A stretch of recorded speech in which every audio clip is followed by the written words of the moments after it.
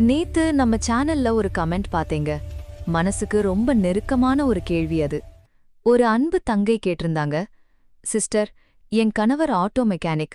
அவருக்கு தினமும் 500 இல்லனா 700 ரூபாய் தான் வருமானம் வரும். இத வச்சுட்டு எப்படி சேமிக்கிறது? வர்ற காசு செலவுக்கே பத்த மாட்டேங்குதே சிஸ்டர் அப்படின்னு ரொம்ப ஏக்கமா கேட்டிருந்தாங்க. அவங்களுக்கு மட்டும் இல்லைங்க, என்ன சுத்தி இருக்கிற எத்தனையோ அன்பு தோழிகளோட கேள்வி இதுதான்.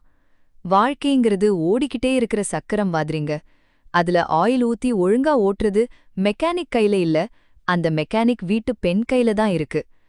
சொற்ப வருமானத்துல எப்படி சொத்து சேர்க்கலாம்னு ரவி சுமதி குடும்ப கதையில இருந்து இன்னைக்கு நாம கத்துக்க போறோம்.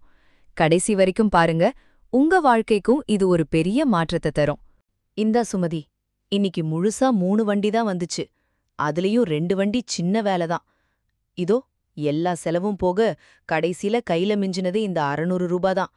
கடை வாடகை பாக்கி இருக்கு, வீட்டு செலவு நிக்குது, புள்ளைங்க ஃபீஸ் வேற கட்டணும். இதையெல்லாம் பார்த்தா நாம என்னைக்கு அந்த ஒரு சொந்த வீடுங்கிற கனவை பத்தி யோசிக்க போறோம் சுமதி? கனவுங்கிறது நமக்கெல்லாம் வெறும் எட்டாக்கனிதானா? கேட்கவே கஷ்டமா இருக்குல்ல? இது ரவியோட குரல் மட்டும் இல்லைங்க. அன்றாட கூலி வேலைக்கு போற பல பேரோட மனக்குமுறல் இதுதான். தோழிகளே, உங்ககிட்ட ஒரு கேள்வி கேக்குறேன். காலையிலிருந்து கஷ்டப்பட்டு வேலை செஞ்சுட்டு சாயங்காலம் வீட்டுக்கு வரும்போது உங்க கையில இருக்கிற சொற்ப வருமானத்தை பார்த்துட்டு இத வச்சு எப்படி சமாளிக்க போறோன்னு நீங்க என்னைக்காவது தவிச்சிருக்கீங்களா? நம்ம வாழ்க்கை இப்படியே முடிஞ்சிடுமான்னு ஒரு பயம் உங்களுக்கு வந்திருக்கா? அப்படி நீங்க உணர்ந்திருந்தா மறக்காம கமெண்ட்ல சொல்லுங்க. ஏன்னா உங்க பயத்துக்கு ஒரு முற்றுப்புள்ளி வைக்கடா இந்த வீடியோ. ரவி ஒரு ஆட்டோ மெக்கானிக் தான். அவரோட வருமானம் என்னைக்கும் நிலையானது கிடையாது.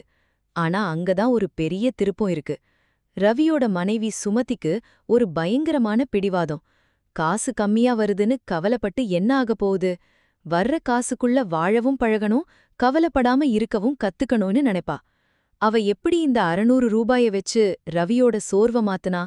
அவ கைவசம் வச்சிருந்த அந்த 3 டப்பா ரகசியம் என்ன? வாங்க அந்த மேஜிக்க பார்க்கலாம். அந்த 3 டப்பா ரகசியம். சுமதி பண்ணின முதல் வேலை, வர்ற காச அப்படியே கண்ணுல பார்த்ததும் செலவு பண்ணாம அத முறையா 3ஆ பிரிச்சதுதான். இது வெறும் பிளாஸ்டிக் டப்பா இல்ல, ஒரு நடுத்தர வர்க்க குடும்பத்தோட தலையெழுத்த மாத்தப் போற மந்திரப் பெட்டி. 1. முதல் டப்பா, பச்சை நிறம். அத்தியாவசிய செலவு 70%. இது சுமதியோட வாழ்க்கை பெட்டி. ஒரு நாளைக்கு 600 ரூபாய் வருமானம்னா அதுல 420 ரூபாய் நேரா இதுல போயிரும். உதாரணத்துக்கு, காலையில வாங்குற 1/2 லிட்டர் பால், அன்னைக்கு சமையலுக்கு தேவையான காய், மாசம் ஒரு முறை வாங்குற அரிசி, அப்புறம் கரண்ட் பில். இது இல்லாம வாழ்க்கை ஒரு அடி கூட நகராது. இன்னைக்கு நிம்மதியா சாப்பிட இது ரொம்ப அவசியம். 2. இரண்டாவது டப்பா, மஞ்சள் நிறம். அவசர கால நிதி 10%. இது சுமதியோட பாதுகாப்பு பெட்டி. இதுல தினமும் ஒரு 60 ரூபாய் போடும்.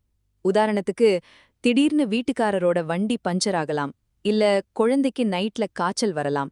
அந்த நேரத்துல பதறி போய் பக்கத்து வீட்லயோ இல்ல வட்டிக்கு காசு கொடுக்கறவங்க கிட்டயோ கையேந்தி நிக்க கூடாது பாருங்க. அதுக்குதான் இந்த தற்காப்பு பெட்டி. இந்த டப்பாதான் சுமதியோட சுயமரியாதை. 3. சிவப்பு நிறம். வருங்கால கனவு 20%. இது சுமதியோட லட்சிய பெட்டி.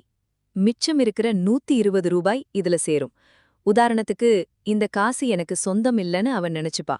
ஏன்னா இது அவ புள்ளையோட காலேஜ் ஃபீஸ், அப்புறம் அவளோட வருங்காலத்துக்கான ஒரு சிறு துளி தங்கம்.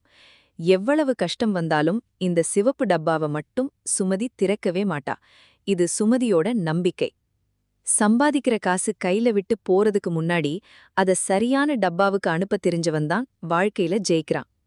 உங்க வீட்ல நீங்க இப்படி பிரிச்சு செலவு பண்ற பழக்கம் வச்சிருக்கீங்களா?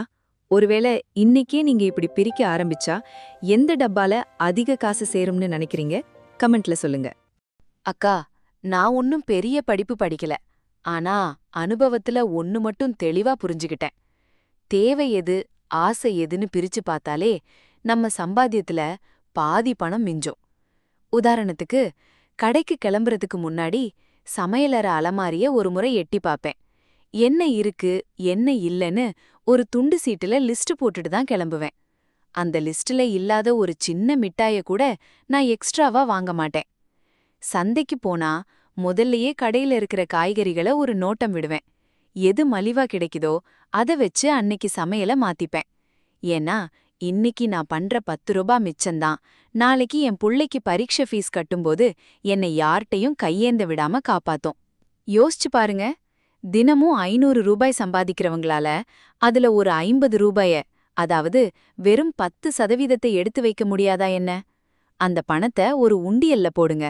அந்த உண்டியல் வெறும் மண்ணோ பிளாஸ்டிக்கோ இல்ல, அது உங்க வீட்டு சாமிக்கு சமம். ஏன்னா நிஜமான கஷ்டம்னு ஒன்னு வரும்போது மத்தவங்க உதவி செய்வாங்களோ இல்லையோ, இந்த உண்டியல் சத்தம் போடாம உங்கள நிமிர்ந்து நிக்க வைக்கும். வீணாக செலவு செய்யாத ஒவ்வொரு ரூபாயும் நீங்கள் கஷ்டப்பட்டு உழைத்து சம்பாதித்த லாபத்திற்கு சமம். நீங்க கடைக்கு கிளம்பும்போது லிஸ்ட் போட்டுட்டு போற ரகமா, இல்ல கடையில எதை பார்த்தாலும் ஆசைப்பட்டு வாங்குற ரகமா? உங்க சிக்கன ரகசியத்தை எங்க கூட பகிருங்க.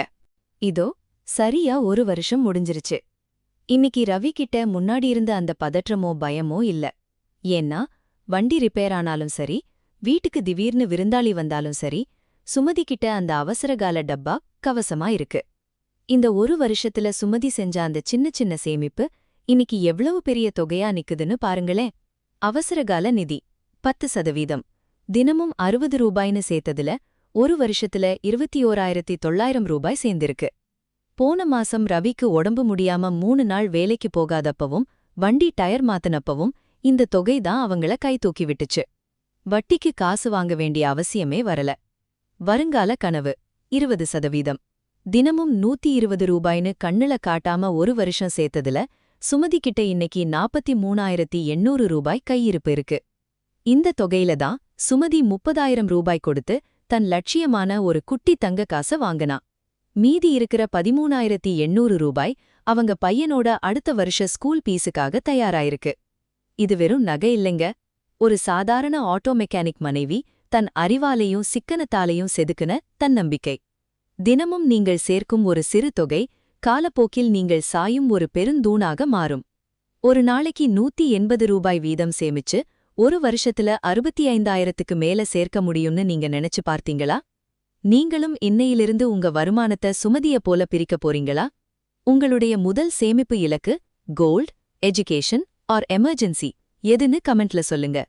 பாத்தீங்களா தோழிகளே, நாம எவ்வளவு சம்பாதிக்கிறோங்கிறது முக்கியம் இல்ல, அந்த பணத்தை நாம எப்படி நிர்வகிக்கிறோங்கிறது தான் முக்கியம்.